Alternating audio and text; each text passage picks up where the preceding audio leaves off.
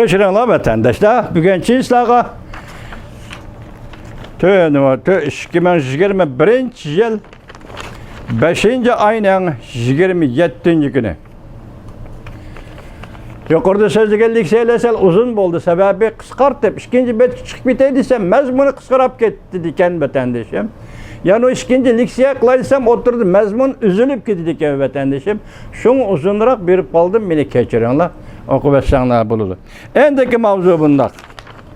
Bu manaşındak uzun keçirenler. Endeki mavzu bundak. Prezident Joe Biden hükümeti bilen Avrupa İttifakı Cungo siyasetini maslaştırış için tüncü kıtım yukarı dercilikler söhbet etkizdi. Mavzulu haber 5. ayının 27. günü Amerika avazından Xitaylı programı ilan kılındı. Haber ondak başlandı. Washington, Amerika Koşmuş Ştatları Prezidenti Joe Biden hükümeti olan Avrupa İttifakı tüncü kıtım Cungo meselesi boyunca yukarı dercilikler söhbeti etkizdi. Hem de Cungo'ga kollanıdığan birleşme harekette davamlı koyuq məsləhətləşki vədi verdi. Amerika Koşmuş Ştatlarının Mavun Dövlət İşlər katibi Wendy Sherman haftanın 3. günü, yani 5. ayının 26. günü Brüssel'da Avrupa İttifakı'nın Taşqi Fəaliyyət Məhkəməsinin katibi Sannino bilen görüştü. İki taraf görüşten keyin e'lon qilgan bir parça bayonotada mundaq ko'rsatdi. Amerika Qo'shma Shtatlar bilan Yevropa Ittifoqining Jungo bilan Yevropa Ittifoqining Jungo bilan bo'lgan munosabatlar ko'p qatlamlarga berib ketiladi.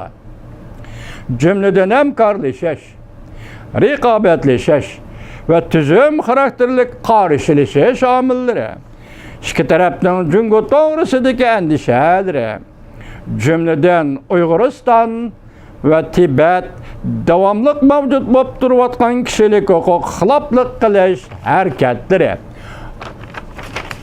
harakatlari, Hong Kong avtonomiyasi ve demokratiya taraqqiyot musofisining tajovuzga uchrashi, Jungoning tashqari qaratgan majburlash xarakterlik iqtisodiy siyosati ve saxta uchurlarni tarqitishi hamda rayon bexatarligi bo'libmi Janubiy dengizning bexatarligi masalasi qatorliq taraflarni o'z ichiga oladi.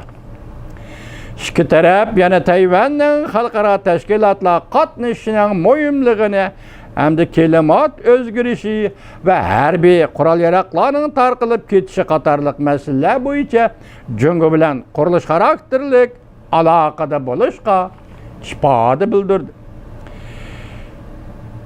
Sherman ve Sannino yana Amerika Qo'shma Shtatlari bilan Yevropa İttifoqining 6. ayının 15. günü rahbarlari yuqori darajaliklar yig'ini o'tkazishni planlaganligini, qarshi oladiganligini bildirdi.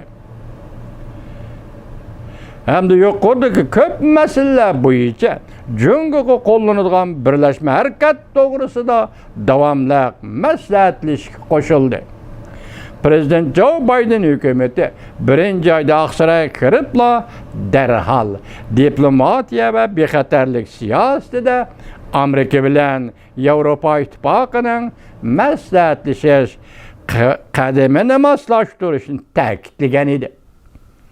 Bu yıl 3. ayda Amerika ve Avrupa İttifakı Angliya, Kanada birleşme hareket qo'llanib Jungo doiralarining Uyg'uristonda Uyg'urlarning kishilik huquqlarini dafsanda qilgan ba'zi amaldorlarni embargo qildi.